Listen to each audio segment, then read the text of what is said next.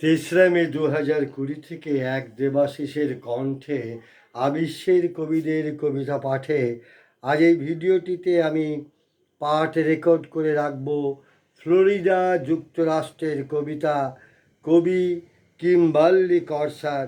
তিনি আমার সদ্য আবিষ্কৃত কবি।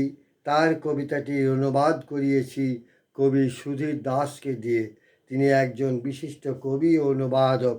পড়ছি কবি সুধীর দাসের অনুবাদে কিম্বার্লি কর্সারের কবিতা অন্ধকার পৃথিবীতে। অন্ধকার পৃথিবীতে তোমার প্রেমে অন্ধ হয়ে আমার চোখে ছিলে শুধু তুমি, এখনো আছো। আমি আজও দেখতে চাই শুধু তোমাকেই, তোমার দিকে হেঁটে আসতে, তোমার পাশ দিয়ে পাশাপাশি চলতে। তবে আর কাউকে দেখার প্রয়োজনই বা কেন?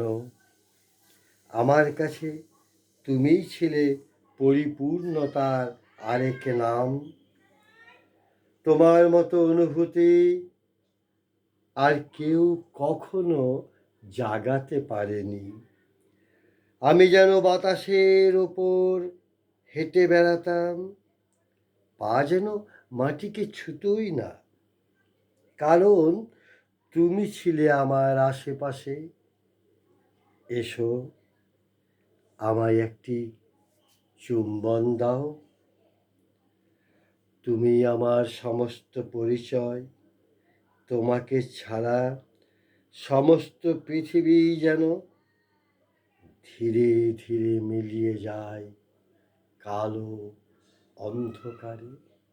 কবি কিম্বার্লি কর্সার ও কবি সুধীর দাসকে আমার শুভেচ্ছা, অভিনন্দন ও ভালোবাসা। কবিদের জয় হোক।